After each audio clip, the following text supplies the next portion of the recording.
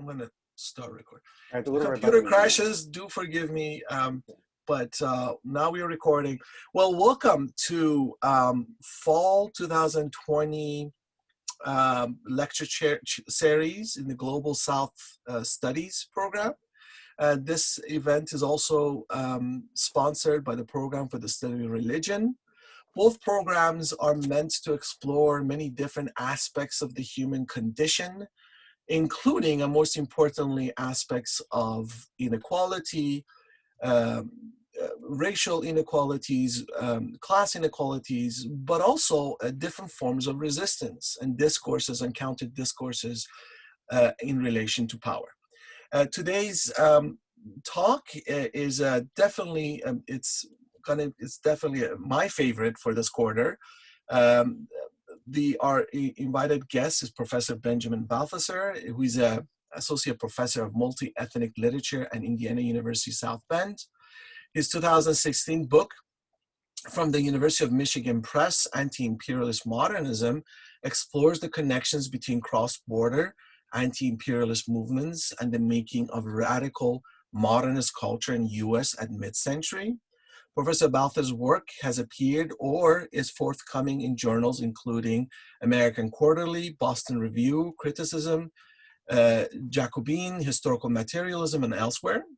His current project explores the 20th century U.S. Jewish literary left and the politics of anti-Zionism, tentatively titled Citizen of the Whole World, the 20th Century Jewish Left and the Cultural Politics of Anti-Zionism. It is an absolute pleasure for me to welcome you, Professor Balthasar, to UCSD in a Zoom context that we're going to be doing this. I should say that I still have one very vivid memory of you and I walking in Warren College and walking to the Department of Literature. This is, and I forgot to mention that Professor Balthasar is an alumni of the Department of Literature at UCSD. So back then I remember he and I were walking to the department and the movie 300 came out, if you remember. Yeah. And you and I were having a very passionate discussion about how racist and, xenophobic and, everything about this film. So anyway, it's such a pleasure to have you back, to have another wonderful discussion on a very interesting topic. So now the Zoom floor is with you. So please take it on. Great, thank you, Professor Rahimi. Very good to be here and very good to be back, even if virtually. I should also say UC San Diego was where I got some of my early education on Palestinian human rights. I was an active member of the Students for Justice in Palestine and learned a great deal from undergraduate students from whom I still continue to learn today. Was very much part of the sort of, I think, kind of awakening that happened, or sort of reawakening that happened among some parts of the Jewish left in the kind of mid to late 2000s around the importance of engaging critically with Zionism. So one of the things I would like to start off with, and by the way, also, by the way, thank you, Vivek, for arranging this talk. Really appreciate it. So one of the things I'd like to start off with before I go into this history is something that's been chattered about a great deal in the Jewish press. Which is after the election, a lot of people have noticed that Jewish Americans voted against Trump at actually about the normal rate in the Democratic Party, a little higher, about 78%, which is actually not terribly surprising given the 20th century and the Jewish vote and the Jewish alignment with the Democratic Party. But what was very surprising for a lot of people was the incredible exuberant support for Trump among Jewish Israelis. In fact, actually the vote was sort of almost a mirror opposite of one another. So it's about 2/3 of Jewish Israelis, actually perhaps a little higher, support Trump, and about 3/4, actually over 3/4 of Jewish Americans voted against him. And there's a lot of kind of surprise about, well, how do these two halves of the Jewish community, how have they become so disaligned throughout the 20th century? And I think for much of the Jewish left, and particularly the 1930s and 1940s Jewish left, that I'm going to be mostly talking about today, although if we have time, we'll go into the 1960s and 70s, where I'm taking the project right now, would not find this fact surprising at all. In fact, actually, a lot of the analysis in the 1930s and 40s was how aligned Zionism was with the far right, with nationalism, and even with fascism. And they would say, this is exactly what we expected to happen. In fact, we're surprised it took so long. And so I'd like to start off by saying my background is really on the history, sort of cultural history of the US left, particularly in the 1930s and 1940s. And as I was going through, and I sort of more recent interest in some of the Jewish radical literature of the 1930s and 40s, I kept coming across kind of statements, pamphlets, moments in novels in which a kind of cultural common sense of anti-Zionism got expressed. And I started to think, well, I wonder how common this was. I wonder what this expression means. And I think to my surprise, actually, even though I kind of vaguely knew that before the Holocaust, Zionism was not terribly popular in the United States, I was very surprised to find just how unpopular it was. I was also surprised to find also how consistent the Jewish radical left has been on the question of Zionism throughout the 20th century American left. And I think also I was very surprised as well to find out that the Holocaust actually was not as much of a game changer, at least immediately, as we often take it to mean. So the first thing that I came across, it's one of my favorite novels, it's Mike Gould's Jews Without Money. And I was very taken. So before I talk about the novel a little bit and open with it, I should probably mention who Mike Gold was for people who are not intimately familiar with him.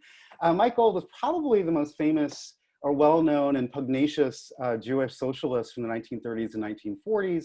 He was the editor of the journal The New Masses, which is really kind of hard to imagine what the New Masses was like today. It was like if you took the New Yorker, the Atlantic, Jacobin, and I don't know, the Militant, and like threw it all together and actually had, you know, these sort of cultures of the American left sort of fighting to get into it, that would probably describe its influence. And so he was not only kind of the best known Jewish leftist, was actually one of the best known communists in America. And the New Masses, again, was an incredibly prominent and important journal culturally and on the left in the 1930s and 1940s.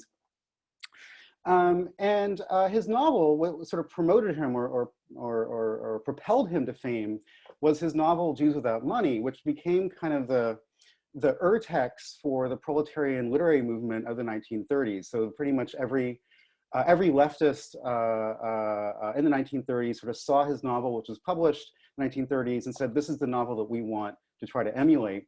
What I found really surprising was that there's this little anti-Zionist subplot in it. And I decided to kind of take that subplot and see if I could unravel it into thinking about how the Jewish left thought about Zionism and their own relationship to their Jewishness at this time. And so the novel basically tracks this working class Jewish Romanian house painter and his family. And the Jewish Romanian house painter has these sort of dreams about re-entering the middle class, about moving out to the suburbs from the Lower East Side of Manhattan. And he gets himself involved in this right-wing Jewish lodge, which is run by this Zionist scammer named Baruch Goldfarb. And Baruch Goldfarb basically tries to get him to buy this property out in, I think what would be like now like Bensonhurst or something like that. It's like out in like the Brooklyn suburbs. And the Brooklyn suburbs are described as like this wasteland of whiteness, cultural impoverishment, and the rest of the family, Mikey and Mikey's mother, who are aligned with sort of what he calls the proletarian instinct, do not want to move out there. They want to stay on the Lower East Side. And eventually Herman, the father, who aligns himself with this right-wing Zionist Jewish lodge, basically pitches to his demise off of a painting platform. And it's implied that if Herman had not been trying to undermine the Union, that perhaps his life would have been preserved. And so while the subplot only takes a couple of pages, it's very clear a whole sort of link of associations are being articulated here. So Zionism is associated with labor spies, vote rigging, the suburbs, whiteness, and ultimately the death of kind of a working class Jewish house painter with dreams of sort of being, you know, kind of re-entering the middle class from which he has recently fallen. And what I found really remarkable about this moment was not only was there sort of no explanation here, it was just kind of thrown out there. What I found remarkable is just how this was basically part of the kind of common sense in the Jewish left. Everyone would recognize Baruch Goldfarb as a type, right? And the novel sort of assumed that we would all recognize Baruch Goldfarb as a type. And I think it's kind of useful to take a half a step back. I was reading at the same time Yuri Slezkin's really wonderful The Jewish Century. And he basically said that, of all the sort of Jewish homelands that were imagined in the 1930s and 1940s as sort of a response to the crisis of anti-Semitism, he said there were essentially three. There was essentially assimilation, i.e. travel to the United States. There was the Bolshevik Revolution, socialism, and there was Zionism. And he was very clear that Zionism was always the least popular before the war. And I think, like I said, a scene in Mike Gold's Use of That Money makes that incredibly clear. As the Jewish critic Robert Gessner put it, basically 1% of American Jews, again, before the foundation of the State of Israel, were Zionists. And so while on some level, like I said, I kind of vaguely knew this, I got very interested in kind of what the cultures of the Jewish left were and how this anti-Zionism expressed itself as part of a kind of a larger Jewish politics. By the way, I want to share this PowerPoint with you as we go along. So,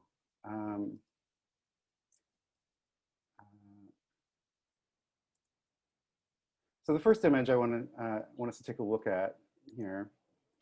By the way, this is Mike Gold hanging out with John Dos Passos, and it's one of my favorite images of Mike Gold, which I'm going to return to this image later when we talk a little bit more about his novel. So John Dos Passos was, of course, this very kind of waspy, Harvard-educated modernist who, of course, is on the beach in his appropriate swimwear with his sweater, jauntily tied around his shoulders, while Mike Gold looks like he slept on the beach and is out there smoking a cigarette. Anyways, I'll return to this image later, but just to give you a sense of who he was.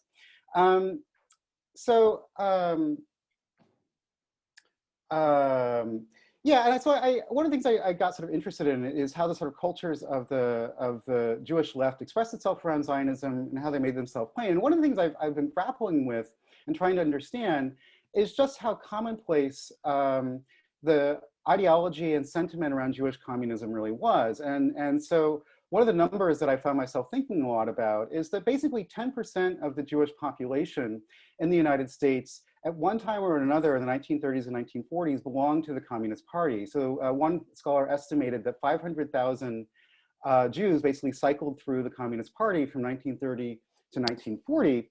And if you think about the total population of Jews in the United States, that's about 10%. And that doesn't include members of the Socialist Party, members of other left organizations such as the Socialist Workers' Party. And I think so, therefore, I think we have to think about the Jewish membership in the Communist Party and its attitudes about Zionism as not just a kind of idle historical fact, but a site in which Jewish Americans made and remade their identities as first and second generation Americans. And to give a sense of the ideology of anti-Semitism, I uncovered a speech by Earl Browder at the Hippodrome in 1936 in New York City. And this was published by Yidborough, which is one of the Jewish Communist Party presses.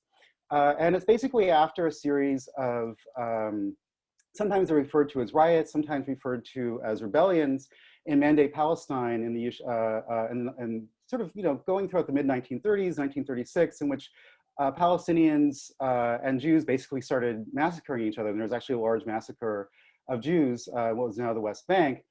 And Earl Browder's speech at the Hippodrome was basically, he said, we have to look at the Palestinian resistance in Mandate Palestine as actually anti-colonial expression of revolutionary sentiment, whereas anti-Semitism in Europe is basically akin to fascism. And so already in the 1930s, the Communist Party was making a distinction between anti-colonial revolution in Mandate Palestine and anti-Semitism in the far right in Europe. And Browder went further to say that if a Jewish state were ever to be established in Palestine, it would require the displacement of 250,000 Palestinians. And this was seen as quite shocking at the time, but of course ended up being an undercount.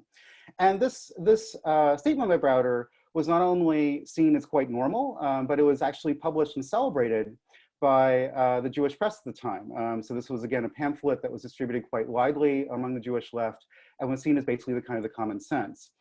Taking it a step further, going back to the slide here, this is an article, if I can get this, Yeah, here we go. This is an article published by Robert Gessner in the New Masses in 1935. This is again the paper that Mike Gold edited. And this is it was a fairly popular essay. And Gessner ended up becoming a film critic at NYU, but then was kind of a well-known left-wing communist journalist.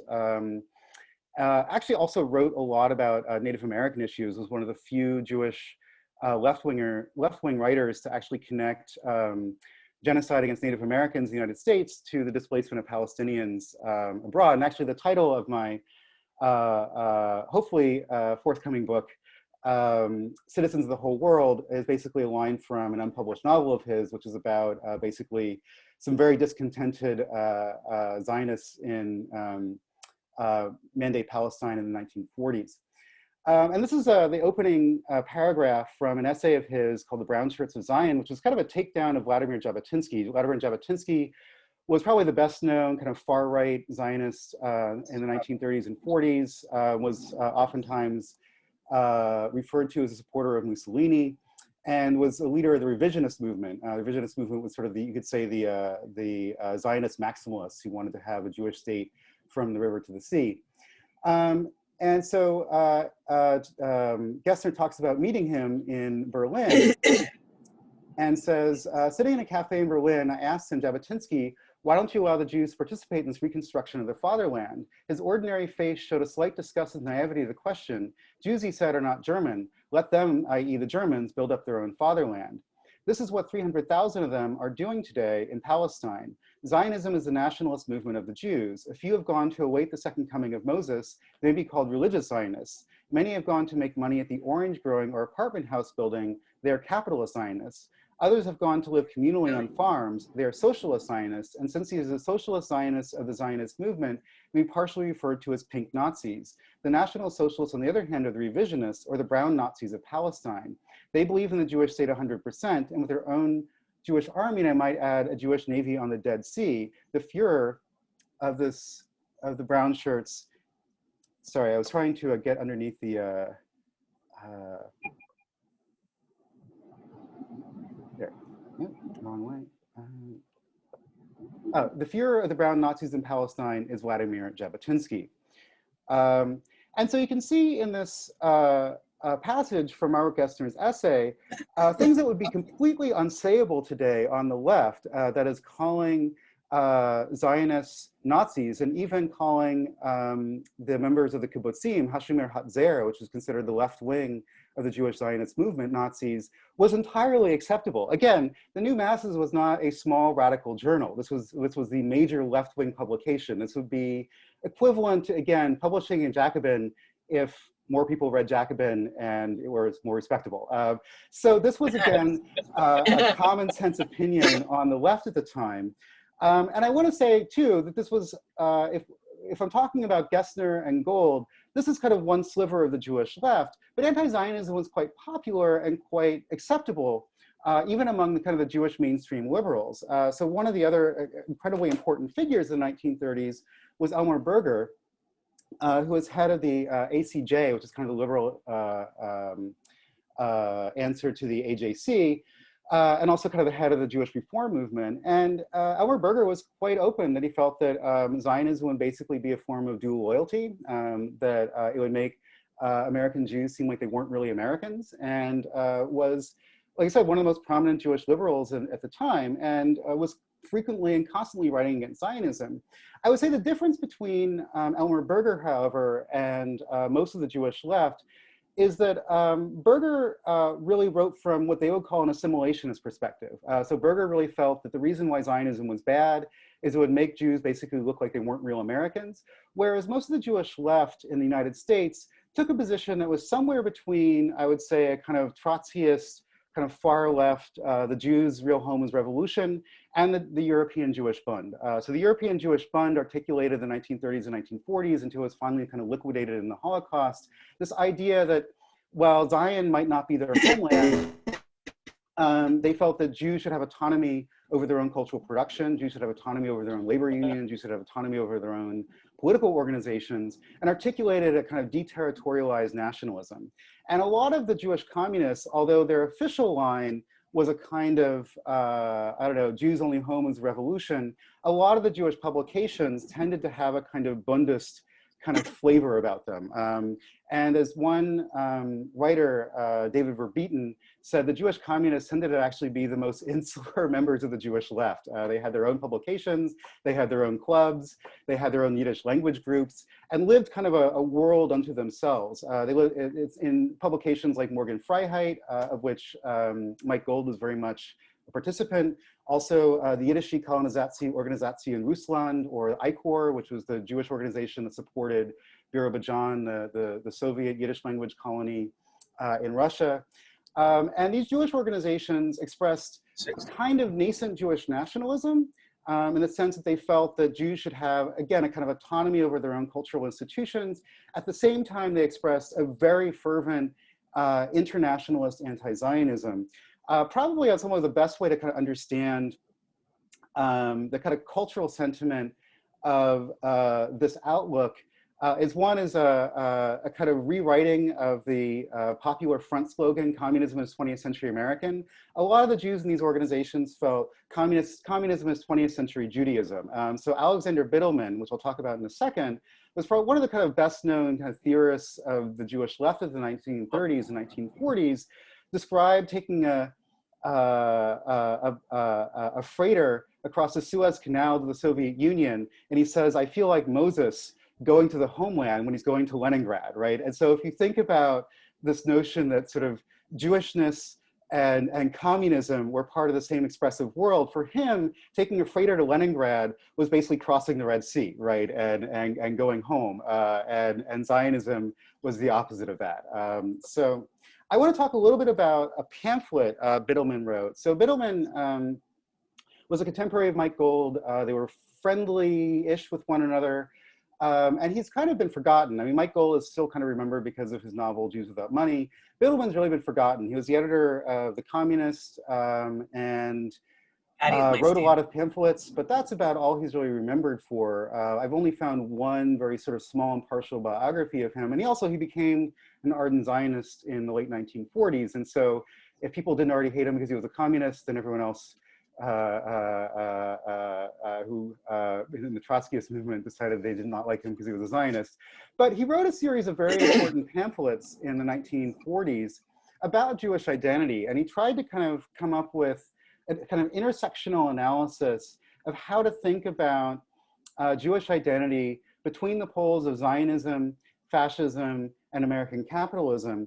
And I think, it's kind of hard to remember what this kind of left-wing Jewish world was like. And so there was a sort of mass proliferation of these pamphlets that I think today the equivalent would be like think pieces people would share online. There are these like nickel pamphlets that intellectuals in the movement would write that people would share and talk about in meetings. And so they had this like whole kind of expressive life. And I think, again, kind of the equivalent would be like a Medium piece someone would share, or some Jacobin piece that someone would share. And Bittelman wrote like dozens of these things. And some of them are literally like stuff he typed and mimeographed, and some of them are more official publications of groups like Morgan Freiheit.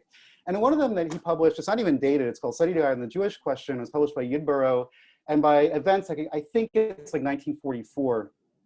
He posits Jewish identity in the kind of following way. And he says that, that Jews, unlike internal colonized peoples of the Americas, he says African Americans are internally colonized in the United States. He doesn't actually use exactly that language, but he says they form their own nation, particularly in the South. Unlike African Americans who form their own nation, unlike Puerto Ricans who are formally colonized, Jews are not a separate nation. So he's arguing with the Bund here. He says Jews do not form their own separate nation state. However, he says they're not exactly the same as white Anglo-Saxon Protestants. They do experience anti-Semitism, and they also share their own language and their own cultural institutions. So he talks about, yes, Jews, many Jews speak Yiddish, other Jews speak Ladino, and they also have their own cultural institutions that have their own cultural autonomy. And so he takes this kind of middle ground between, again, kind of the Bund and the assimilationists like Elmer Berger. And then he says, he kind of transports that to the Yishuv, the Jewish settlement in Palestine. He says, because of that, because the Jews do not form their own separate nation and are not an internally colonized people, therefore they have no right to create a homeland in Palestine, right? He says only internally colonized peoples have a right to essentially anti-colonial nationalism. And so he says, well, yes, but on the other hand, he says, Jews are also being slaughtered in Europe and they have nowhere to go. And so if you're being slaughtered in Europe and you have nowhere to go, so Jews were not being allowed to come to the United States because of anti-Semitic laws in the United States, of course, the Johnson-Reed Act, most notably, and of course, Roosevelt famously denied the wandering boatload of Jews that my grandfather liked to talk about frequently to come to the United States. So they can't come to the United States. They're being denied access to many other countries. So of course, if you're going to be slaughtered, you have the right to go to a place that will take you. But even if you have the right to go to the Yishuv, you do not have the right to form a separate nation there. And so he argued for a kind of Jewish binationalism, and he said that if the Jews have any role to play in Mandate Palestine, it would be to align with Palestinian revolutionary anti-colonial forces and align with the British. The Socialist Workers' Party also published a pamphlet at the same time, which was even more extreme. And he said, Jews don't have a right to do anything. This is published by the Jewish faction of the Socialist Workers' Party. They don't have a right to do anything other than to die with their Palestinian comrades. Even any talk about a Jewish homeland is beside the point, and get over yourselves. Sorry, I'm being facetious, but the Socialist Workers' Party was even more militant on this question, that Jews do not have any right to any kind of cultural autonomy whatsoever. And interestingly enough, around the same time, Hannah Arendt published her famous essay. Sorry? Oh, that was an echo. Okay. Hannah Arendt published her famous essay, Zionism Revisited, in the Menorah Journal, which, although Hannah Arendt was formally a Zionist and certainly not a leftist, she actually echoed a lot of things that Biddleman and even the Socialist Workers' Party was saying. Her basic argument in this essay was that Jews, if they actually try to form a state in Mandate Palestine, are simply going to become between great empires again. They're simply going to become the middlemen of their own fates. They're going to require essentially a large empire to support them. She thought the British at the time, but of course ultimately became the Americans, and they're going to be seen as a colonizing and occupying force by what she referred to as the Arab masses, and they'll simply be in the same position they've always been. And she thought of revisionism basically being a death wish. And what was really interesting to me about all of these takes, so Biddleman's take, the Socialist Workers' Party pamphlet, which, by the way, the only copy of I found in Alan Wald's basement, which to me strikes me as some kind of metaphor. If you don't know Alan Wald, he's an important critic of the US American left. And I think he maybe has the most important archive of Socialist Workers' Party pamphlets. And so it sort of let me into this basement trove of his. So between all of these takes, the Socialist Workers' Party take, Alexander Biddleman, the Communist Party, and Hannah Arendt, what was really interesting to me about this, and I think really important to think about, is that all of these were published after the Holocaust was known about. So everybody knew about the Holocaust by this point. So Biddleman's was the earliest, that's 44, maybe early 45. Arendt's, I believe, was 46 or 47. And the Socialist Workers' Party pamphlet was in 47. And so what this suggests to me is that the Holocaust is actually not what ended up changing the opinion of most of the Jewish left in the 1940s.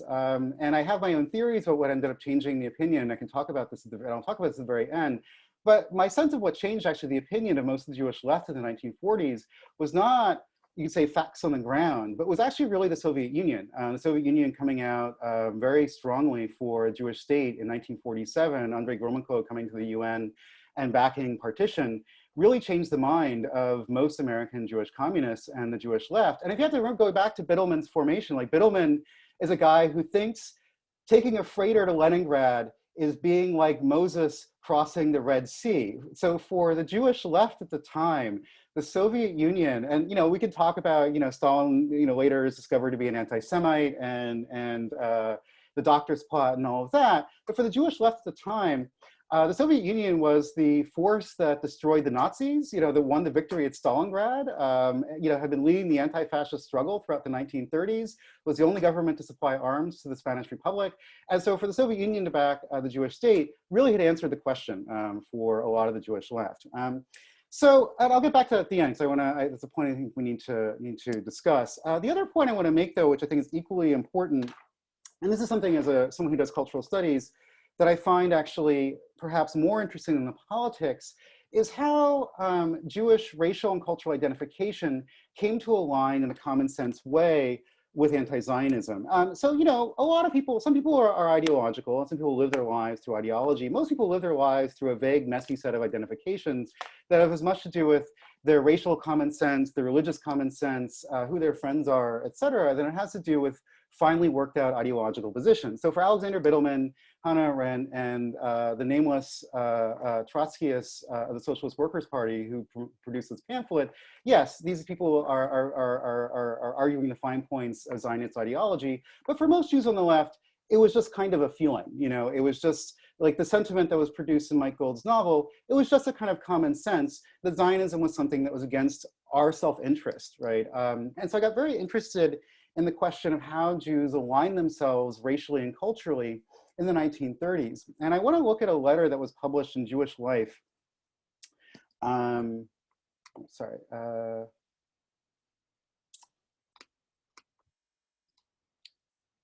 so go back to screen sharing. There we go. I want to go back to a letter that was published in Jewish Life in 1947 by a veteran of the Abraham Lincoln Brigade, Henry Perescow. So the Abraham Lincoln Brigade, of course, were the volunteers who fought against fascism in Spain. And of course, a huge portion of the volunteers against fascism in Spain, both in the Abraham Lincoln Brigade from the United States, but also globally, were Jewish. I think about half of the Abraham Lincoln Brigade was Jewish from the US. And this is a letter from Harry Perescow. Jewish Life was the Communist Party publication that was started in, I can't remember, it was either the end of 1946 or the beginning of 1947, and is actually the precursor to Jewish Currents. So Jewish Currents, some of you may be aware of that magazine right now, is no longer a Communist Party publication, but that is, if you take it far enough back, that is its origins. And so there's a series of letters around a Howard Fast short story, which I'll talk about in a minute. But the Howard Fast short story was basically talking about what is Jewish identity after World War II, and how do we understand its relationship to the left? And this is what Perescow wrote. Like thousands of other Jewish boys living in America under the capitalist system, I've been made Jewish conscious ever since my childhood. In my first days in elementary school, the children would often insult me by calling me dirty Jew, isolate me from their games, chase me, and very often beat me up. As a young man, I was assaulted by Coughlinites, far-right Catholic preacher, populist. As a young man, I was assaulted by Coughlinites on the 14th Street because I was a Jew.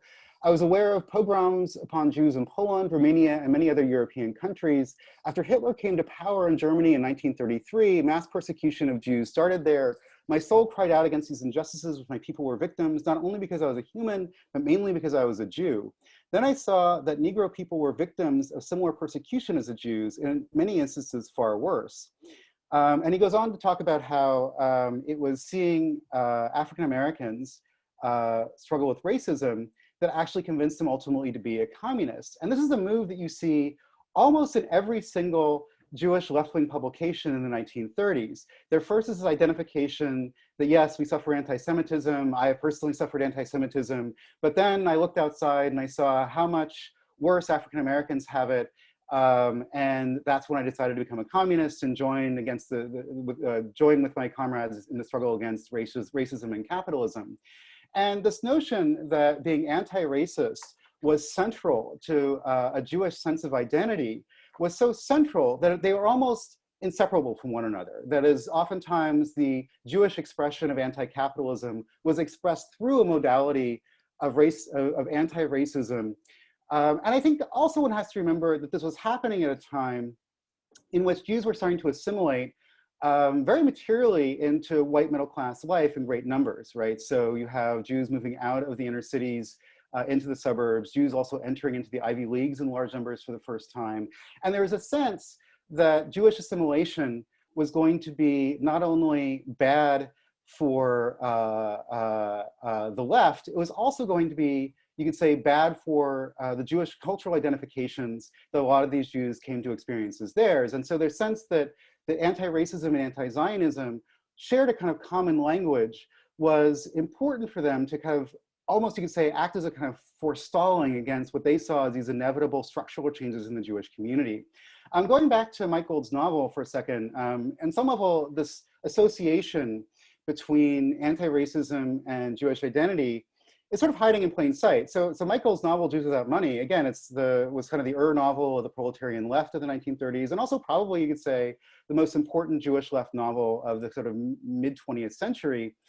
And it's a kind of funny novel on the left. So Mike Gould, wrote a lot, and if you, have ever read any of his left-wing columns, they're kind of insufferable because he's basically denouncing every novel for not being sufficiently leftist enough because it doesn't have strikes, it doesn't have union organizing, it doesn't have people marching in the streets, and his own novel has none of that. His own novel has no strikes, it has nobody marching in the streets, and really it's a novel about a young kid who loves his mother very much, and is growing up on the Lower East Side and watching his best friend, who's nicknamed the N-word by the community, struggle with Christian gangs, struggle with the police, and basically work a series of low-end jobs. And so the novel really is about celebrating his best friend, who's described kind of like Mike Gould himself as being very dark-skinned, very swarthy, having curly hair and a very flat nose, and saying that actually what's important for Jews is not to think about capitalism directly. What's important is to think about our racial solidarity with African Americans. And so the very end of the novel, basically, the main character, Mikey, converts to socialism in the sort of heroic, last 3 pages of the novel. But really, the entire novel has been about his association with his best friend and his association of Jewishness with a kind of solidarity with Blackness. And of course, one can trouble this in all kinds of ways, right? I mean, there's a whole cottage industry of troubling the Jewish relationship with African Americans in the 1930s. But I think it's really important to think about why was anti-Zionism a kind of common sense on the Jewish left? And I think what's important to suggest is that for a lot of people on the Jewish left in the 1930s and 1940s, they associated Zionism basically with whiteness. They wouldn't use that language, but they associated with the British Empire and with imperialism, and with Jews basically doing the dirty work of the British. And for them, that's basically whiteness, right? If you go back to Biddleman's pamphlet, he basically says, America is a colony. America is a colonial and imperial power that's run by a WASP government. And so if you align with that, you're basically aligning with the enemy. Earl Browder's pamphlet, which I mentioned earlier, refers to, actually, no, sorry, it's not Earl Browder's pamphlet. It was James Ford's pamphlet. James Ford was probably the most important African-American communist who ran for vice president on the Communist Party ticket, was sort of friendly with Richard Wright before Richard Wright broke with the Communist Party. And he wrote of Zionism in the 1930s and 1940s as being what he called Jim Crowism. And that was, again, the common sense, that Zionism was a form of Jim Crow. It was exactly like Jim Crow in the South. And of course, if a good communist knew anything, is that they were against Jim Crow, right? So, and so again, I think that was kind of the cultural expression of the Jewish common sense on the left. I want to go back also to talk about as well how this connected to a Jewish cultural sensibility that not only aligned with communism, but also aligned with kind of a Jewish sense of place in the world. And I want to return to Howard Fast. So I mentioned Howard Fast briefly.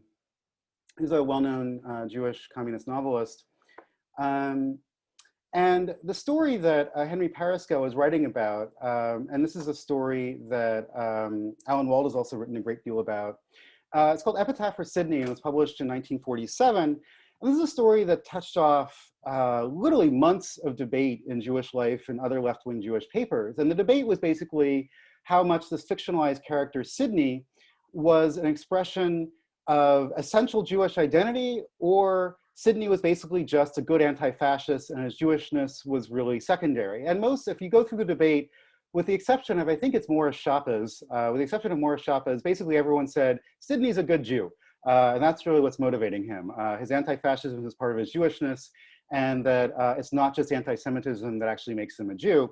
And so the story, Epitaph for Sidney, basically is about a fictionalized Jewish communist who first organizes with the sharecroppers union in the Deep South, multiracial sharecroppers union in the Deep South, then volunteers for Spain in the Abraham Lincoln Brigade, and it's finally killed in Italy, shot down under a hail of bullets in the Anzio campaign.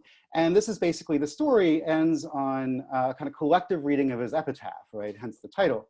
So from Epitaph for Sidney, Howard Fast's Jewish Life, they buried Sidney Greenspan in Italian soil, good soil, and the soil of Spain is good too, and the soil of America, and the soil of the Soviet Union and of China. And if he had his choice, I don't think there's any place he would have been at home, fully, completely at home. In the personal columns of the paper he read and loved, there were many boxes with heavy black lines to bind them in, and whatever the name, there's a reference to the struggle against fascism. That is how he came to put together what we knew and remembered of Sidney, but nothing we could tell and nothing we could compile and no reasons we could give were enough to explain the fabric of him. So he gathered it into a word and wrote, to the memory of Sidney Greenspan, anti-fascist who fell in the people's struggle from his comrades. And I'm going to do something I don't like to do in talks, but I'm going to read actually a part of the essay that I published this summer, from which this talk derives, because I'm just going to say it in the essay better than I'm going to say it spontaneously and without notes. It is impossible to miss Sidney's elegy as an elegant rendering of the meaning of diaspora. Sidney was a deterritorialized subject, someone who could be at home anywhere, the US, the Soviet Union, China. The focus on soil as someone that exists within nations but across nations roots him in the earth at the same time as it links him to peoples across the globe. And it needs to be stressed, Sidney's diaspora never mentions Palestine. Rather, it is a global radicalism stitched together through anti-fascist struggle, both against racism in the US and Nazism abroad. While not explicitly anti-Zionist, it is against the fundamental principles of Zionist nationalism and ethnic exclusion, insofar as the story links the radical struggle for racial justice with a diasporic sense of Jewish identity. Opposing the dominant Zionist narrative, in which the diaspora is something to return from and gather into in a single nation state, the diaspora itself is portrayed as the primary ontological expression of Jewish identity, a non-place defined by gestures of solidarity.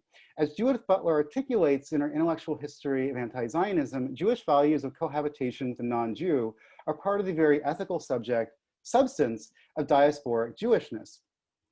And so this, I think, is on some level the Jewishness, you could say, of the Jewish left. So on one level is expressed through Jewish communism and anti-racism, but there was a very real sense that this aligned itself with a Jewish diasporic identity that, while it was not necessarily religious, did align itself to thousands of years of Jewish practice, that the ethical substance of Judaism is the relationship to the other in a land that is not your own. And so again, this other sense, Zionism became a kind of an anathema to a Jewish sense of self. And actually the phrase that was used in Jewish life and Biddleman used frequently, they called it progressive Jewish culture. And progressive Jewish culture was basically all of these things. It was anti-racism, it was socialism, it was diasporism, general secularism, etc. I'd like to conclude the section, actually I guess we're running out of time here, so conclude the talk, although I want to briefly go into the 1960s and 1970s, but I'd like to end the part on the 1930s and 40s with a piece again from Mike Gold. So I was going through the Mike Gold archive at the Labadie collection, and I came across this unpublished play, which I found very interesting. So Mike Gold, as you might have guessed, is not someone who really kept his opinion to himself. He was, the best line about Mike Gold was from Ernest Hemingway, which was Ernest Hemingway tells Mike Gold to go fuck himself, which was generally the opinion of most people on the left, because Mike Gold was basically an irascible. Someone else, what did, I think it was Nelson Algren said of Mike Gold, generally the idea is to seduce the middle classes, not punch them first with socialism. So Mike Gold was known as an irascible, unlikable, difficult person to get along with. And yet I was going through the New Masses and going through Mike Gold's writings. And when the Jewish state was finally concretized, there's really nothing for Mike Gold. He doesn't have any columns about it. He's not saying anything about it. He's not talking about it, which is very unlike Mike Gold to not have an opinion on something.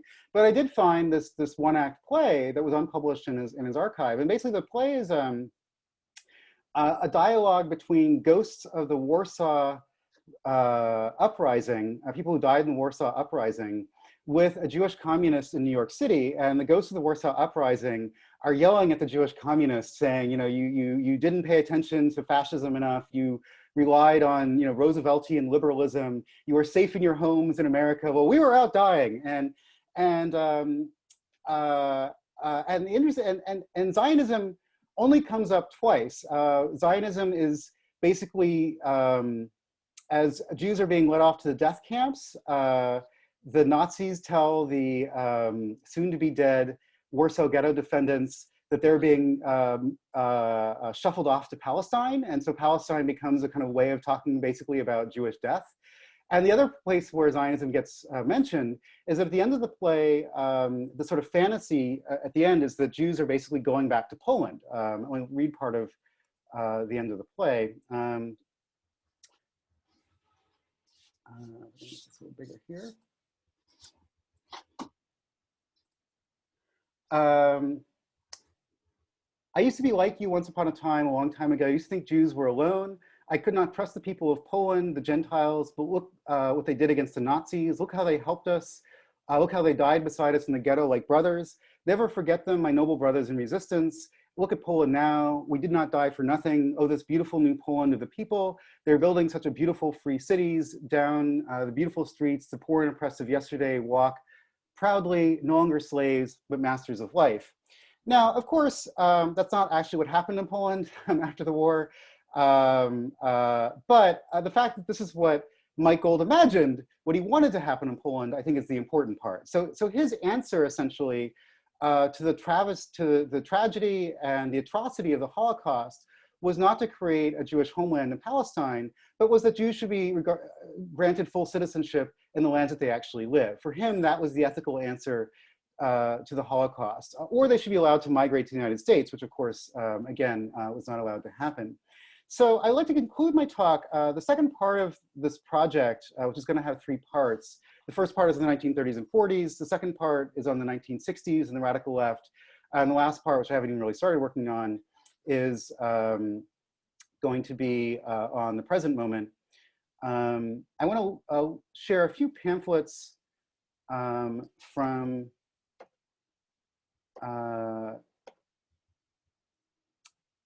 the 1960s left.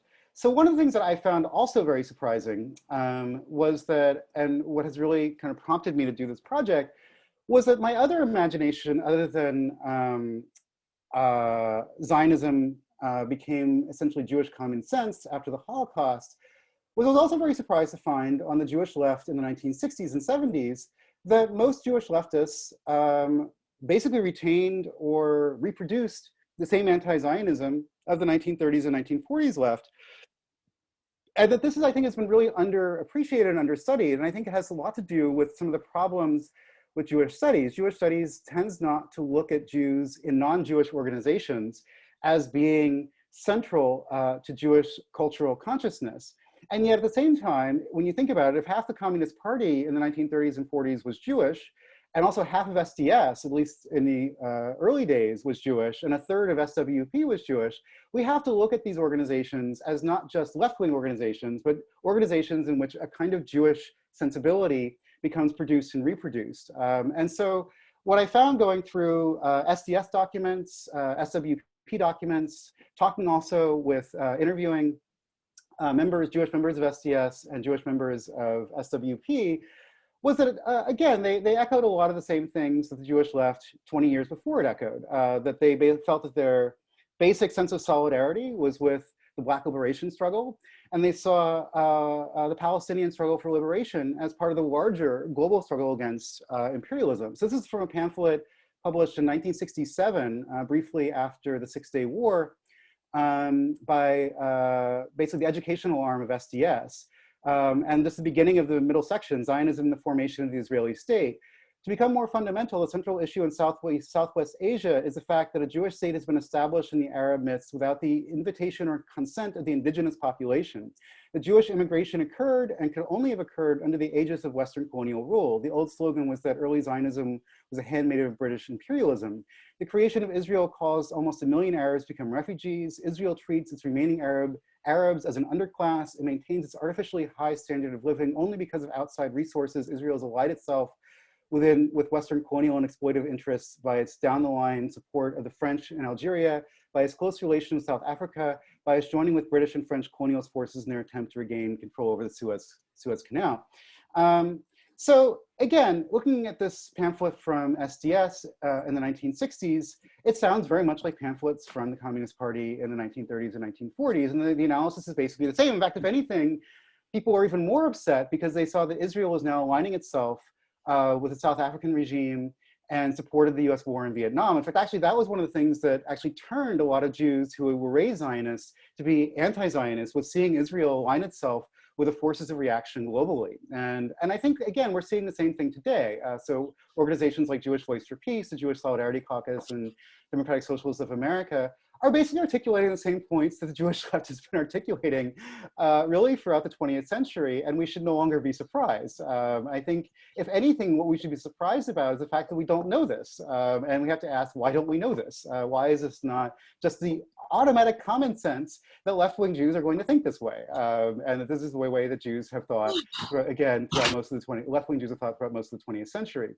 And granted, I also make a distinction between Jewish left-wing organizations and Jewish liberal organizations. So there was a huge cleavage in 1967 between Jewish liberals and the Jewish left, and that's one of the things that really changed. So the Elmer Bergers of the world, of the ACJ, became Zionists, but the Jewish left really remained pretty consistent. Actually, ironically, the only part of the left really that went along with Zionism in the 1960s was actually the organization that's now the DSA, which created a lot of waves by supporting BDS a few years ago. So I think that little ugly chapter of the left is now finished. Anyway, so just in closing, I'd like to say what has been really kind of inspiring for me about this research was to think about not this kind of sense of Jewish rupture or Jewish left-wing rupture, but rather that the Jewish Marxist, communist, and socialist left has, for the most part, I think, remained fairly true to its first principles, that solidarity with African Americans and solidarity with the global anti-imperialist struggle is basically what being a leftist is about, and that any good leftist, being anti-nationalist, particularly anti-right-wing nationalist, is essentially part of both the cultural and political formation of your organization. And I would actually say it doesn't mean that Jews are exceptional. I would say that this means that Jews are like other leftists throughout the 20th century. And perhaps the only exceptional part is that there's been, at least in the United States, an outsized presence of Jews on the left, although I wouldn't say a normative presence of Jews on the left, but outsized. Anyways, I will pause here. I've been talking for about 50 minutes now, so I will pause here and open it up for questions, comments, thoughts, tomatoes, apples, or other things you would like to virtually hurl. So again, thank you, Babak, and I eagerly await the conversation. So. Thank you so much. We are open now to questions. I'm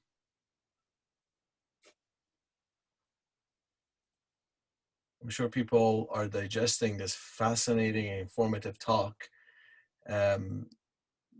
But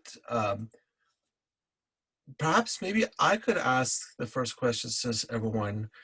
Maybe I'm really interested about the Jewish American Trotskyist movement, and to what extent, what was the reaction with the establishment of Israel? I'm just really, this has been a curious question for me for many years. What was the reaction, given the fact, of course, the Soviets recognized Israel? What was their perspective? Actually, I can see in the audience here we have former SWP members here. So if I say anything incorrect, perhaps they can shout out and correct me. Yeah, so the SWP up until actually very recently, and SWP has changed their line in the last few years for reasons that are mysterious. Also, the SWP is a shadow of its former self. Yeah, Socialist Workers Party was kind of the main Trotskyist organization in the U.S., although there have been others like the ISO, which also recently collapsed. But yeah, so the Trotskyist organizations have always been the best on, up until, again, very recently, have always been the best, or at least the most clear and coherent on Palestine and understanding the Palestinian struggle as part of the global anti-imperialist struggle. And this has a couple of reasons. One is that Trotsky himself was an anti-Zionist for most of his life, although at the very end of his life, he did take kind of Biddleman's position that, yes, Jews fleeing the Holocaust should be allowed to go wherever they can go. You know, he did acknowledge that, which was actually very different from his position earlier on. And Trotsky is also, the other part too, is that Trotsky was also very against the Bund. Trotsky had very early on taken a position that Jews should not be allowed to have their own autonomous cultural organizations in the Bolshevik Revolution. And so I think the original kind of Trotskyist anti-Zionism came from kind of an anti-nationalism, that they were always against Jewish nationalism on the right and the left. So they didn't like the Zionists, of course, as right-wing nationalists, but they also didn't like the Bund either. But also, you know, Trotskyists have always had a really good take on anti-imperialism. I think also because of C.L.R. James. C.L.R. James is perhaps the most famous Trotskyist in the U.S., or at least one of the most famous Trotskyists in the U.S. And C.L.R. James, of course, has always been someone who has moved the anti-imperialist agenda forward. And so from Hal Draper to Isaac Deutscher, Jewish Trotskyists have both been very engaged with thinking about Zionism, but also have been some of the very early critics of Zionism. And I think, you know, from a position too of sympathy. I mean, like if you read Deutscher, Deutscher is very pained by what happened with Israel and what happened with the displacement of Palestinians and the creation of an apartheid state, and really kind of hoped that there could be some, yes, like this is a tragedy. And, you know, to quote, I believe it was Darwish who said, you know, the Jews, you know, were thrown out of Europe and fell on our heads, you know, that something could be made out of that. And so he did feel a great sense of pain, and I think connection with the Jewish community in the Yishuv and then in Israel. But if you read any of his writing, I mean, there's always a sort of common thread through the SWP. And I think it's really an important reservoir because when SDS took an anti-Zionist position, they really looked to both SNCC in 1967, which took an anti-Zionist position, but also the SWP, I think, was an important influence because the Communist Party was having a full meltdown in the 1960s. And they finally, you know, kicked the Zionists out. And that's actually how Jewish Life ended up stopped being a Communist Party publication. But yeah, so the Trotskyist organizations have up until very recently, in my opinion, have been the most consistent and coherent on this question. Oh, sometimes a little doctrinaire, but in the sense that, like, you know, I think Trotsky early on like came to regret, you know, some of his hostility toward the Bund. But again, I think have been a great resource, and I think will continue to be a resource. And I hope actually to make. I've had a great time interviewing a lot of former members of the SWP, and I hope to make this a resource available to people as they continue this work. So. Fantastic, thank you. Any questions? I assume that I've got go one ahead, if I may. Jonathan. Yes, go ahead for it. First of all, thank you so much, Benjamin. This is really fantastic, and I was looking forward to it the whole day yesterday. So thank you for everything. My question, which I actually wrote up before you started talking about Deutscher, is about Deutscher, who for me is a sort of singular figure. I'm kind of obsessed with him. You know, I'm wondering what you think about his sort of reassessment of anti-Zionism after World War II.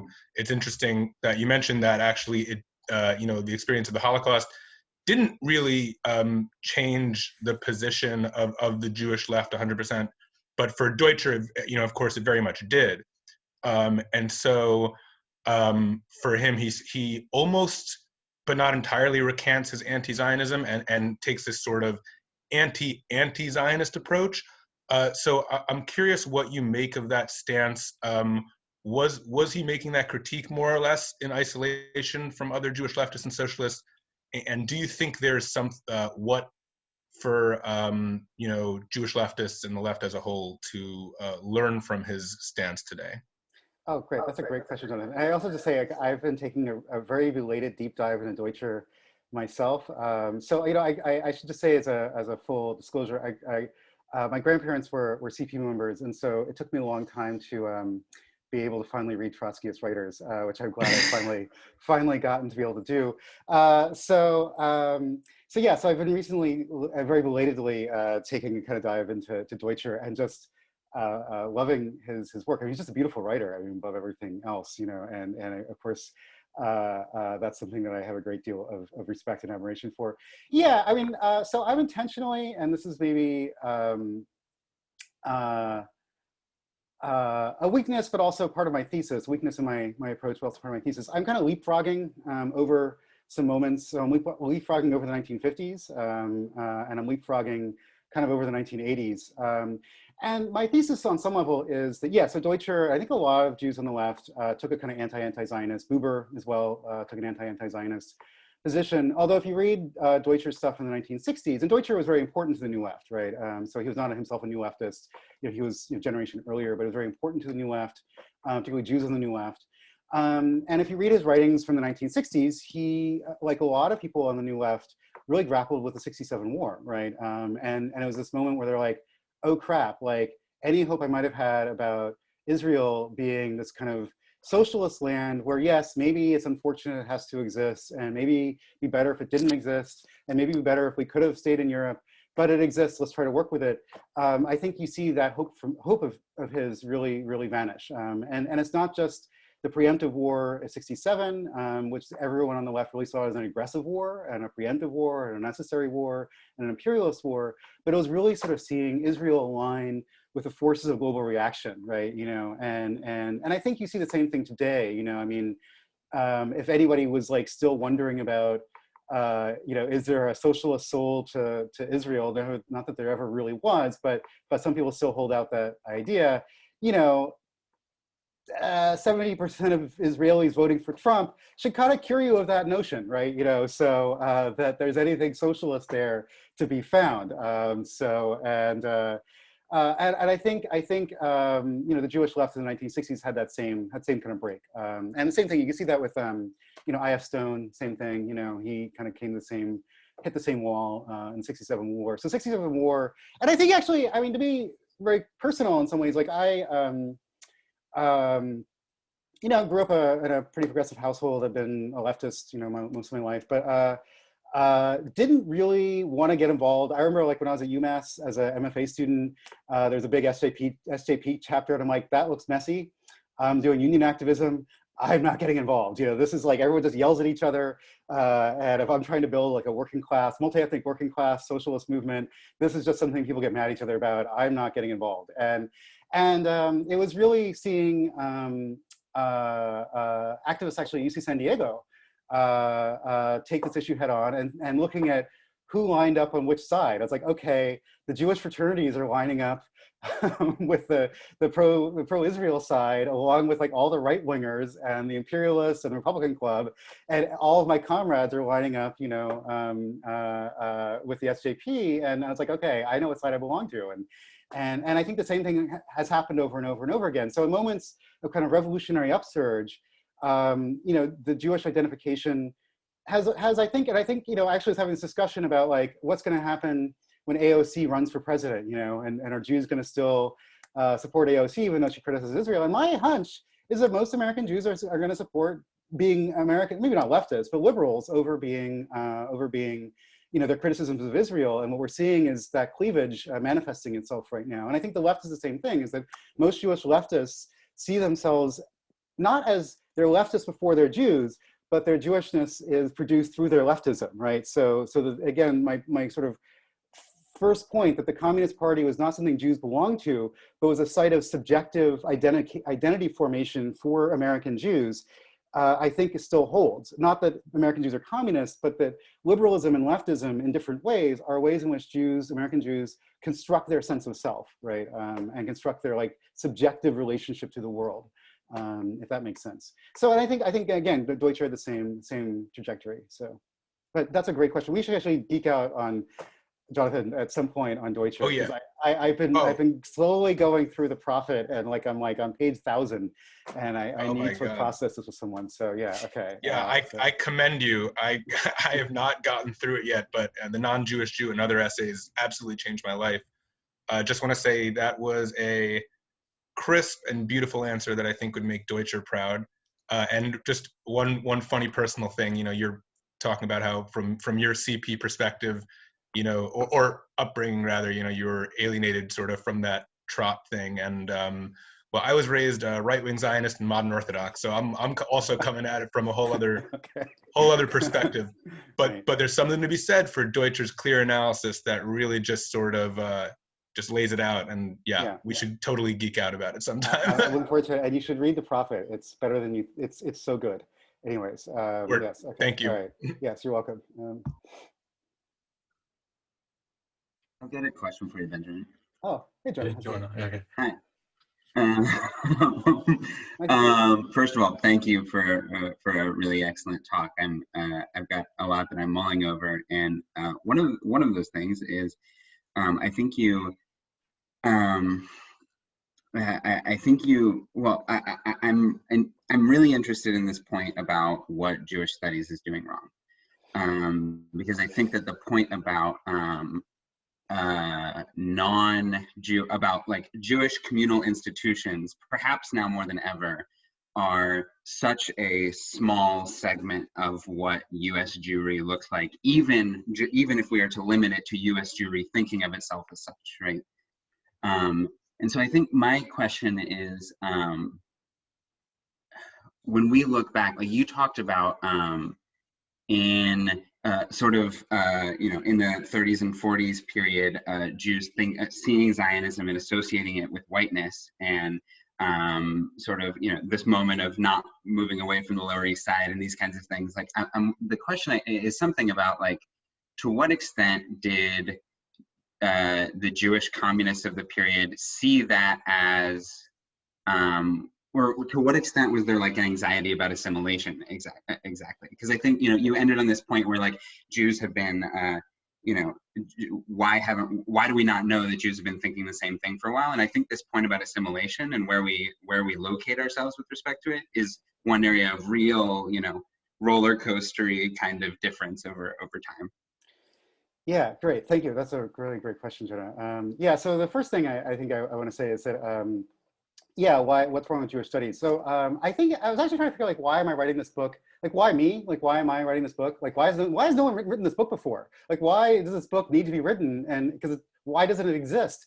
And I think actually it's precisely because I did not come through Jewish studies. I came up through the left. And so if you look at Jewish history of the 20th century from this perspective of looking at the left, it looks a lot different than if you look at Jewish studies, look at Jewish identity and through the perspective of Jewish studies. And so there's a couple of things. And so I've been doing kind of a crash course in Jewish studies myself. I've always been interested in the Jewish left and interested in Jewish writers. But again, like, I've never really decided to kind of read through the kind of corpus of Jewish studies, thinking about these questions. And there's a couple of basic problems. One was articulated by Bernard Lazare. Jewish historians are bourgeois. That was his one line. And you need to understand their bourgeoisness to understand all the stuff they get wrong. And so, point one.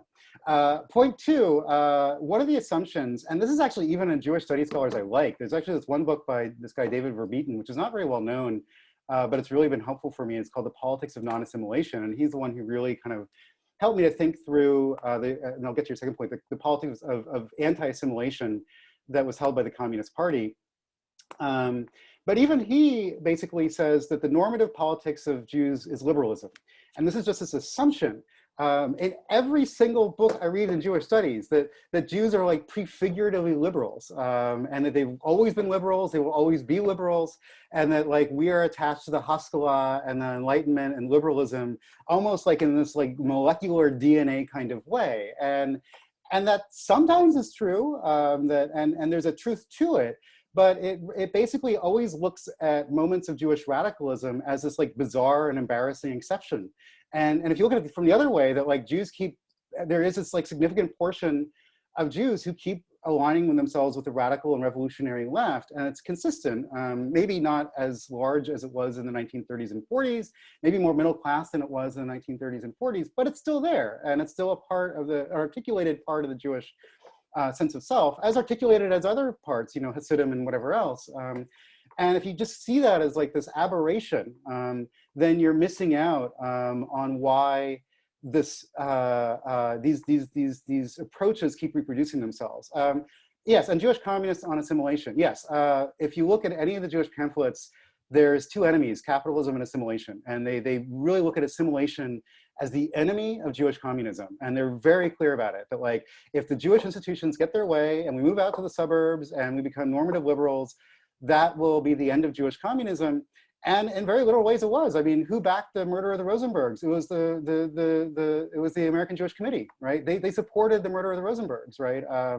And so in very real ways, it wasn't simply that like these Jewish institutions don't represent us. It was these Jewish institutions want to kill us, and they want our demise, and we are so firmly opposed to them. So as much as like a lot of my comrades in JVP have poo-pooed, If Not Now, as being insufficiently anti-Zionist, the sight of seeing If Not Now take on AIPAC and take on the JNF and take on these Jewish institutions as their primary mission, I think it's something that the Jewish communists in the 1930s and 40s would say is actually the exact thing they ought to be doing. And yeah, these institutions, again, it's kind of like well, I was going to make an aside about the Democratic Party. Anyways, I'll not. But it's not, again, simply these institutions don't represent Jews. They do not represent even the mainstream of Jewish opinion. They are directly opposed to our direct material interests, and they must be destroyed. So yes, thank you for that question. And again, I think you'd find a lot of very interesting stuff if you look through Jewish pamphlets in the 1930s and 40s on the take on assimilation. So, which is not to say, again, Jewish assimilation did happen. I mean, it's one of the things I think we need to be very cognizant of. Jewish assimilation happened. Like most Jews don't speak Yiddish any longer. Although Verbieden actually pushes back on this a little bit. He said, yes, Jews assimilated, but they assimilated in their own weird Jewish way. So it's like, he's like, okay, yes, Jews moved out to the suburbs, but they moved out to Jewish suburbs. And if you don't understand that, you actually don't understand like how there's this like Jewish continuity in opinion and thought, right? And so, so he complicates the idea that Jewish assimilation is this like perfect assimilation into kind of waspiness.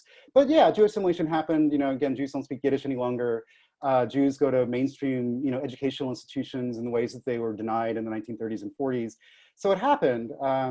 But I think some of their insights about the role of these kind of assimilation institutions is worth kind of revisiting. So.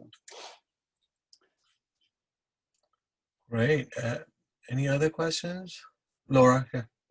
Yeah. So this, I don't know.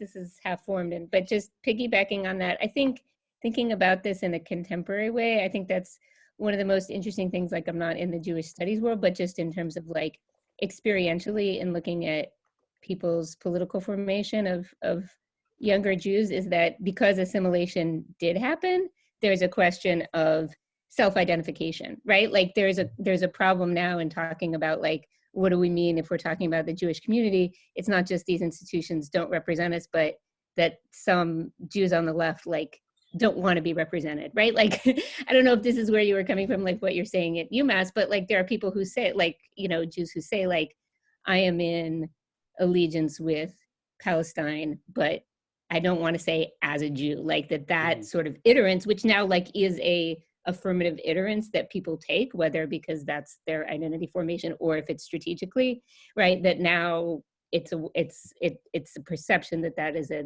sort of an optional identity. And so then the identity formation of being an anti-Zionist Jew per se, right, as opposed to an anti-Zionist person because of your politics becomes an affirmative statement about your Jewishness, which is, I think, why If Not Now is so interesting, because it's about people who are invested in those institutions and that culture and want to talk about things like summer camp, But I'm just like, I don't have a sense of like how new that is. I mean, I sort of assume that like, if you're a Jewish communist in the 30s, like you don't really think about, am I a communist as a Jew? You just are, but maybe that's a historical or, sort of romantic of my sense of that time period. So Yeah, no, you thanks, know. Laura. And by the way, hi, Laura. Hi.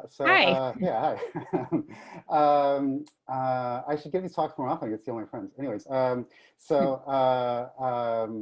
that's a great question. And this actually kind of goes back to Jonathan's point about Deutscher. And I hope I don't, uh, again, call out any of my interview subjects from the SWP in the 60s. But what I kept finding as I was talking to, my elders and actually, my grandparents too, is there's this very Jewish way of belonging to the left, which a lot of Jews disavow, but even the disavowing is Jewish. And I think you just need to get over it, And there's this notion on some level that like Jewish leftists will frequently want to kind of evacuate, and you just find this over and over and over again. Like, I'm not a Jew, but I'm in solidarity with all these various people, until you suddenly realize their way of articulating solidarity is this very Jewish way of being leftist. And it's so freaking consistent throughout the 20th century, and it's actually this way of kind of thinking about Jewish identity. It's like a lot of Jews on the left sort of, how do I put it? It's like they assume actually that the way to be a leftist is actually through identification with the other, right? And an evacuation of your own particularity. And so it didn't really occur to me that that actually was a position, like actually was a Jewish position, until actually, I was reading through Butler's sort of, readings on Levinas and whatever. That actually is a diasporic sensibility, right? That like it's my identification with the other that actually creates who I am. And it strikes you as actually people denying their Jewishness until you realize that Jews are the only people who talk this way on the left so frequently, And so, so that's one thing I would say. And the other thing I would say is that, yeah, I think, I don't know, I embrace this, or at least am sympathetic to this kind of ultra-materialist point of view that, Abraham Leon put forth and other Jewish Marxists have put forth. There's a recent kind of odious iteration of it by Shlomo Sand, which is that if you're not if you're not the ultra-Orthodox, the Haredim or the Hasidim, and you're not an Israeli, you've basically assimilated, and you should stop calling yourself Jewish. You're embarrassing. You're like the Irish at Notre Dame. Just get over it. You're white people. And I'm very sympathetic to that. As a materialist, as a frequently vulgar materialist, I am very sympathetic to that point of view. However, I think that there are things that Jews keep reproducing, just kind of despite themselves, that has to be taken as actually a site of cultural reproduction. Like, culture is actually funky in that way. And this is why I study culture, and I'm not I'm not a sociologist, right? I think culture is funky. I think culture does stuff that cannot be surely explained by things like income quintiles, right? And, just a little example of this, a friend of mine was playing some music at a local temple in Hyde Park in Chicago. Hyde Park is a very Tony, kind of wealthy, university neighborhood in Chicago. It's not a hugely Jewish neighborhood, but it's a pretty Jewish neighborhood. And I went to like one of the old timey, very very well-to-do, very middle of the road Reform temples to hear my friend play. And the rabbi was there like screaming about, fascists at the border locking up immigrants. And I'm like, all right, this is like the mainstream liberal of liberal, Reform temples, like milquetoast of milquetoast. It's literally next door to Obama's house. Okay. Like if you want to think about it like metonymically, it's literally next door to Obama's house in Hyde Park. Okay. And this guy sounded like, I don't know, a communist street preacher in Hyde Park in New York, in 1930. So that sort of told me something, there's something in the water here that needs to be thought about. And it's not a straight line. And I don't want to make a big deal about Jewish liberalism and blah, blah, blah. And there can be a lot of self-congratulation. Yes, Jewish liberal institutions are horrible and need to be blown up, as Jonah suggested. But I think we need to think about these kind of cultural continuities, or else actually I think we're doing the opposite. I think we're actually kind of lying to ourselves a little bit about what's going on. So, and I think also it's bad organizing. It's like, if people are ready to sign up to your program, yeah, sign them up, So Maggie actually asked a question here. She said she was late, so she was shy about it, but it's an important question. Maggie, do you mind if I just read this question out loud or something? Or do you want me to summarize it? No, go ahead and read it out loud. Okay. what was the role of the Soviet Union and its attitudes towards Israel and shaping American Jewish liberal attitudes towards the state? How important is the reactionary element to what you're talking about here? The USSR was one of the first to embrace Israel, becoming forcefully anti-Zionist during a time when Jews were trying to leave the USSR. So I can answer part of that question. I can't answer other parts of that question. So one of the things that I got very interested in was why the Soviet Union just kept flip-flopping over the place. And yeah, the Soviet Union, their position was very strictly geopolitical. So, you know, in the late 1940s, they were trying to figure out what the world was going to look like after World War II. And they basically predicted that the US was going to become the global imperial hegemon and had its eyes on the Middle East. And so they're trying to figure out, you know, who could they ally with in the Middle East in the 1940s after the war. And they actually appreciated, before the Americans did, that the Yishuv would be the military power in the Middle East, and that they decided to ally with them just out of like strict convenience. It wasn't. And if you go through their documents, they're kind of going back and forth throughout the 1940s. And so a lot of the sort of local communist parties kind of went their own way. But when they came out in 1947, all the communist parties just sort of changed on a dime. And so while the internal politics of anti-Semitism and you know, the Soviet state are really complicated, and I am still figuring them out, and I don't really understand them all, and I don't know that anybody I talk to really understands it. I will say that for American communist Jews, at least, what the Soviet Union did was very important, right? You know, and so when the Soviet Union backed Israel, they all, you know, lined up, but then, you know, the Soviet Union in 1956 changes its tune, right, after the Suez crisis. And then becomes full-blown anti-Zionist in 67. And yes, that was very important, particularly on the communist left, but also SDS too. SDS was anti-communist, but they paid attention to what the Soviet Union was saying, right? And so I think for me, I can't, there's a couple of like things I can't really get into. One is what the actual politics of Israel, inside Israel are. I'm not a Middle East studies person. And the other thing I can't really get into too much, I'm very personally curious about, but I can't speak as an authority about, is like the internal politics of the Soviet Union. So I'm mostly thinking like, how did the Soviet Union impact like the American left, right, and how they thought about things. And so, yeah, I think the Soviet Union's position was actually very important. And I think it's very hard. One thing that I've really had a hard time kind of actually grasping, because I grew up kind of at the end, you know, my own coming of age politically was in the 90s. And it's like the Soviet Union was already dead, you know, it was over.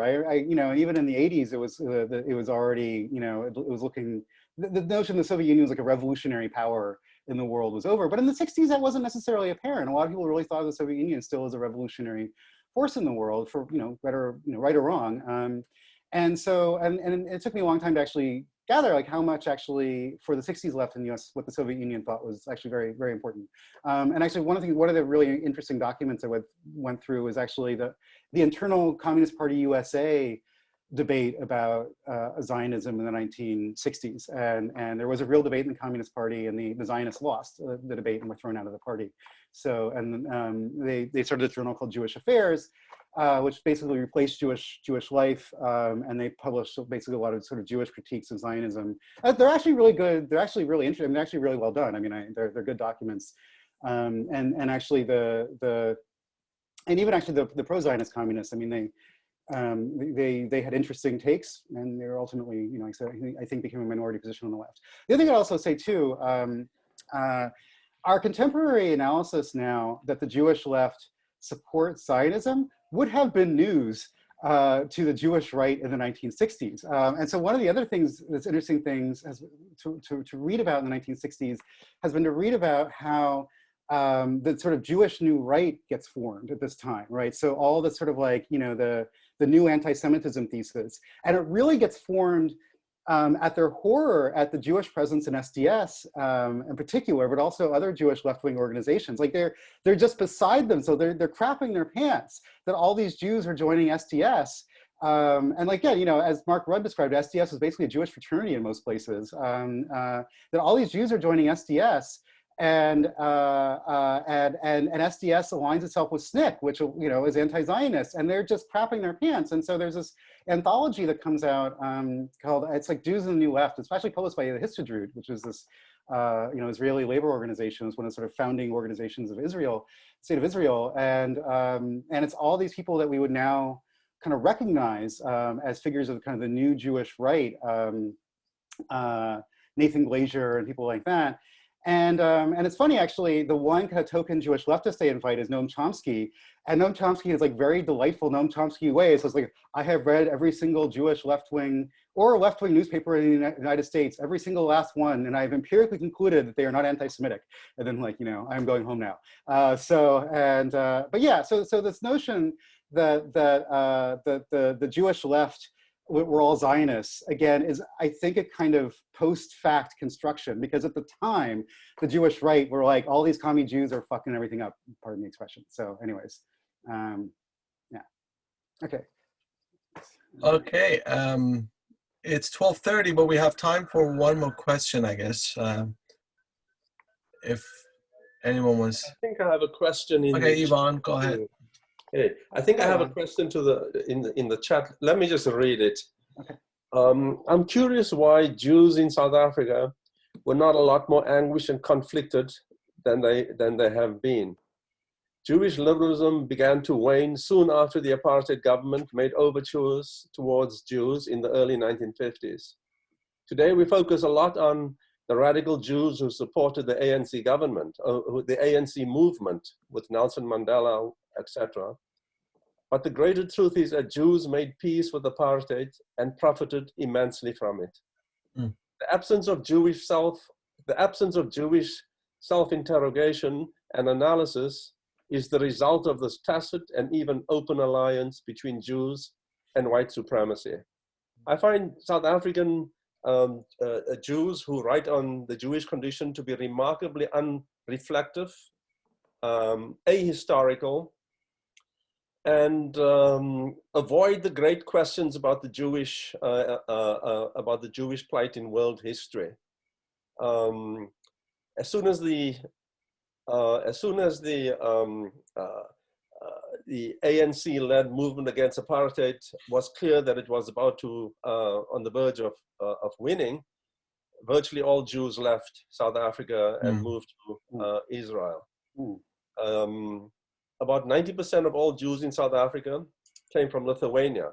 And they remain today probably the firmest, most pro-Israel Zionist bloc in Israel. So in South Africa, there's a critical analysis beginning to emerge about the Jewish presence in South Africa. And people are looking beyond the very important leaders who were part of the ANC movement and even entered the ANC government. But as I said, I think the broader story is one of compromise and complicity with apartheid.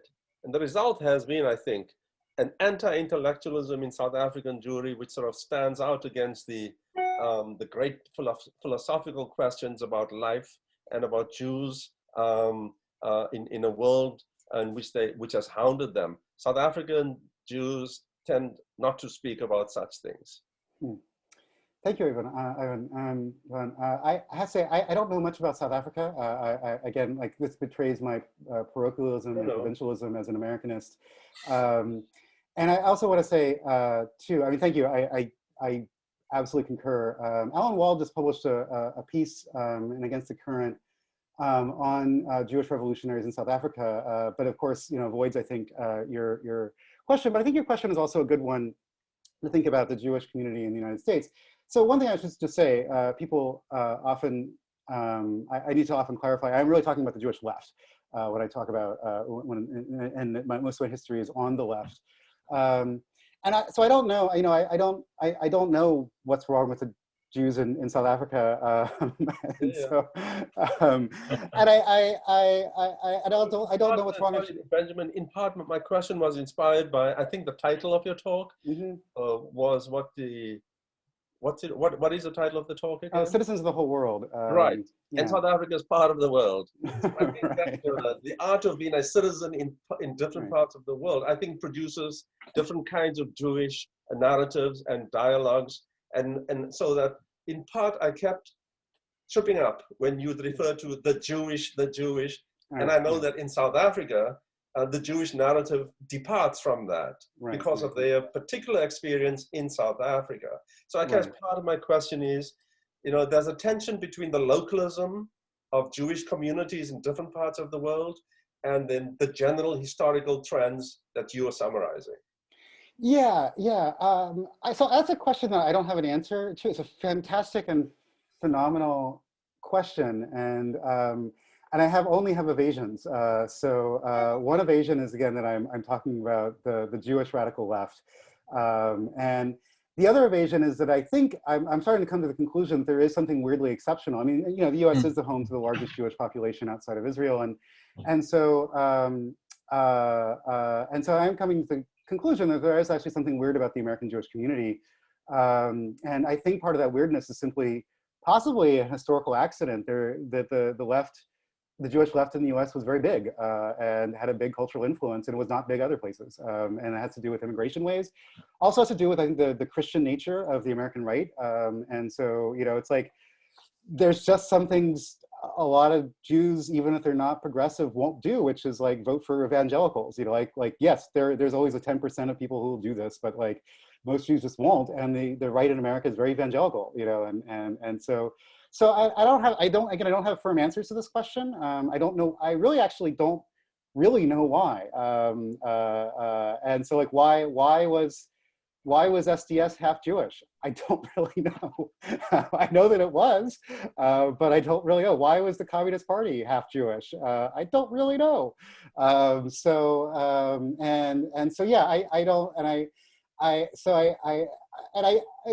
also don't want to suggest somehow that by looking at the outsized presence on the Jewish left, I'm also not looking at Jewish complicity with racism in the United States. White American Jews have been very complicit with racism in the United States, and particularly when it comes to housing segregation. So Jews move out to suburbs, even if they happen to be Jewish suburbs, and did a very good job in my little town right now of Chicago of keeping African Americans out of those suburbs. And so yeah, there's also a great deal, like the Jewish flight from South Shore is one of the in Chicago is one of the kind of terrible and regretful stories of Jewish Chicago. Of course, not all of it was willing. So the other half of that story was Maxwell Street being destroyed by urban renewal. Maxwell Street was the other big Jewish community, and it was wiped out by urban renewal. And of course, Maxwell Street was one of the places in which like the Jewish left gets formed and reproduced in Chicago.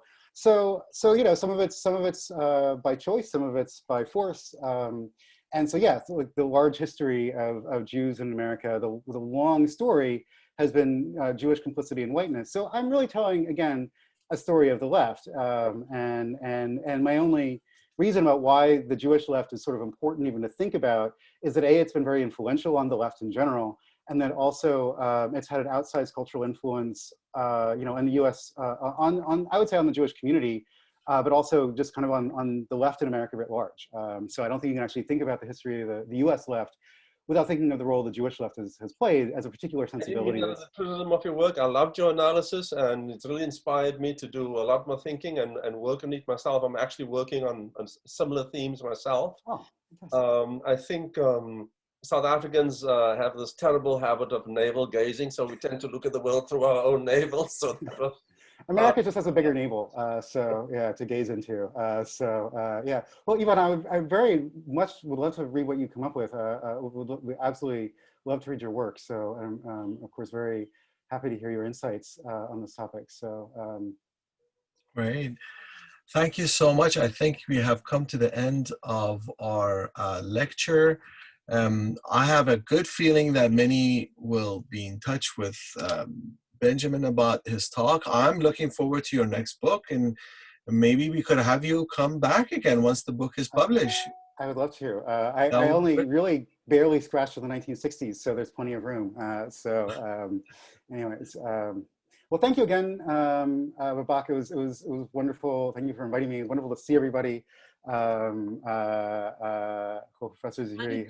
Hello, Nina. Hi. Good to see you. So.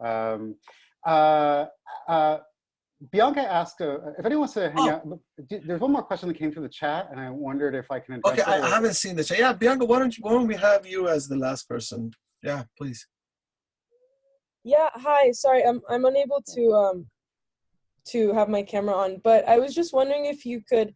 This is a discussion centered a lot on Jews of European descent and having an Ashkenormative lens in that sense. I was wondering if you could also speak to where Mizrahi Jews and Jews from North Africa fit into this Zionist lens that you have provided in this talk? Thank you. Yeah, so this is actually one of the things I really wrestled with in the paper, the essay that came out over the summer. And I went a number of rounds with the editors about, and you know, one of the, I'm less certain when it comes to the left today, but certainly the Jewish left of the 1930s and 40s was just overwhelmingly Ashkenazi, and you can think of that as a failure of the Jewish left of the 1930s and 40s, or you can think that perhaps non-Ashkenazi communities were not attracted to the left. I don't know.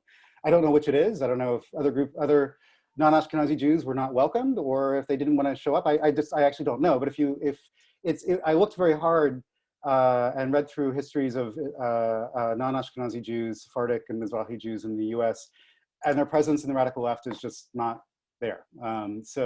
Maybe it's there and it's just not recorded, but that was my conclusion of the 1930s and 40s. And you can draw whatever conclusion about that you want. That is either, like I said, the Ashkenazi Jews were just not accepting of other Jews in their midst, or that other Jews, non-Ashkenazi Jews, were not interested in the left. I don't know which it is. I know one thing, that Ashkenazi Jews tended, at least in terms of the immigration wave, to be more recent immigrants, immigrated from contexts in which the Communist Party and other socialist organizations were much stronger. So a lot of the immigrants in the 20th century were immigrants from the Pale Settlement, and these were communities where the left was very strong. And so these people who brought their communism, their socialism, their Bundism with them, you know. And so I don't have an answer to that. In the 1960s left, of course, is very similar.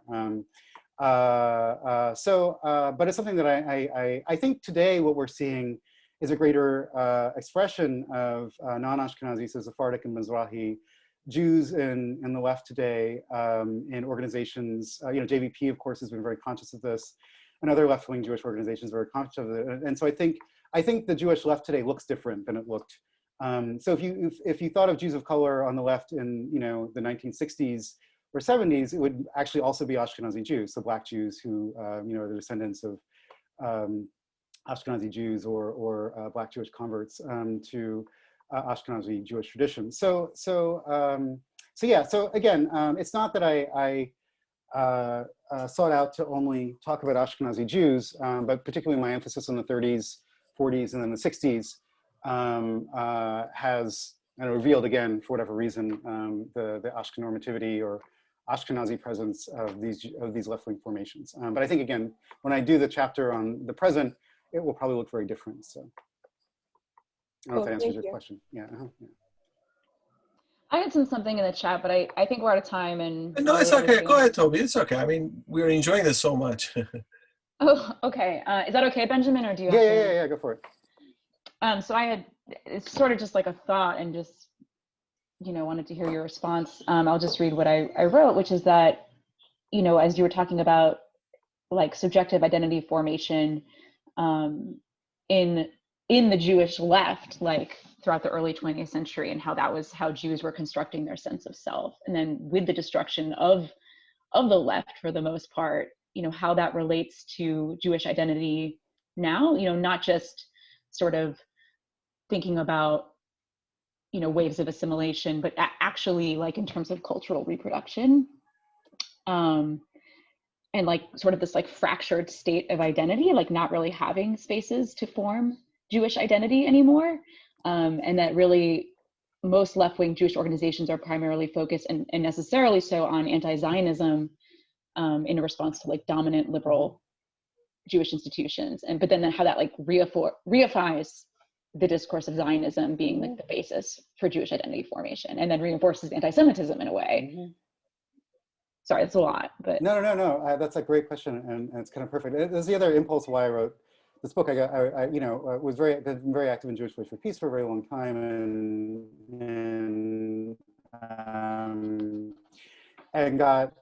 of course Jewish Voice for Peace's mission is, you know, to criticize Israel, but got very upset that like we're only going to talk about, like, the only Jewish formation we're going to talk about is Zionism, right, or being opposed to Zionism, and there's a lot else there. And I think I think your point about the Cold War is really important. We think of the Cold War as being something that shattered the U.S. left, and I think we can Shattered understand, Jews.